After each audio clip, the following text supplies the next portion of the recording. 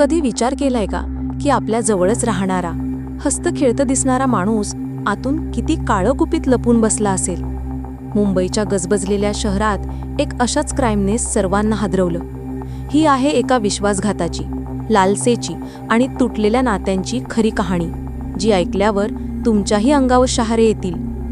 मुंबई, एक शहर जे कधीच झोपत नाही. इथे स्वप्न पूर्ण होतात, पण काही स्वप्न कायमची मुळून पडतात. एका साध्या मिडल क्लास कुटुंबात राहणारी तरुणी नेहा, घरातली जबाबदारी, जॉबचं प्रेशर आणि पर्सनल आयुष्यातली असुरक्षितता हे सगळं तिला आतून खाऊन टाकत होतं. आणि अशातच नेहाच्या आयुष्यात राहुलची एंट्री होते.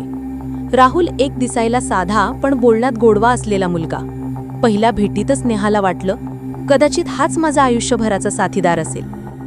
दोघांचं नातं जवळ आलं, एकमेकांवर विश्वास वाढला. पण हळूहळू राहुलच्या बोलण्यातून एक वेगळीच सावली दिसू लागली. पैशांची लालसा, शॉर्टकटने लाईफ जगायची सवय. नेहाला सतत प्रश्न पडू लागला की राहुलचं तिच्यावर खरंच प्रेम आहे की तो फक्त तिचा फायदा घेत आहे. राहुल सतत तिला महागड्या वस्तू, पैसे, नोकरीतले फायदे यासाठी दबाव टाकू लागला. या सर्व गोष्टींना कंटाळून एक दिवस नेहा थेट म्हणाली, राहुल, जर तुला माझ्यातलं प्रेम दिसत नसेल तर आपलं नातं इथेच संपलं. आणि इथूनच कथेचा काळोख सुरू झाला. राहुलला वाटलं, जर ती दूर गेली तर त्याचं सगळंच संपेल. त्याच्या डोक्यात एक भयानक विचार आला, जर ती माझी होऊच शकत नसेल तर कोणाचीच होऊ नये. प्रेम जेव्हा ऑब्सेशनमध्ये बदलतं तेव्हा ते प्रेम राहत नाही, ते अपराध बनतं.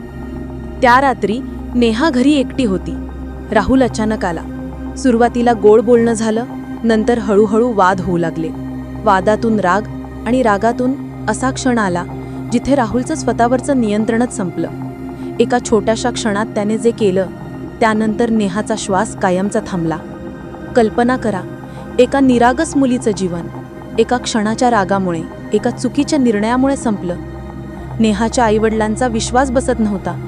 कालपर्यंत हसणारी, भविष्याचा विचार करणारी मुलगी आज थंड पडलेली आहे. आईचा तो आक्रोश, वडिलांचा निशब्द धक्का, हे शब्दात सांगता येणार नाही. गुन्हा झाला की स्टोरी इथेच संपते का? कधीच नाही. खरी कहाणी तर इथून सुरू होते. पोलीस तपास सुरू झाला. राहुलचा भांड फुटलं. न्यायालयात त्याच्या डोळ्यात पश्चात्ताप नव्हता, फक्त भीती होती. एका चुकीने त्याने स्वतःचं आणि नेहाचं, दोघांचं जीवन उद्ध्वस्त केलं.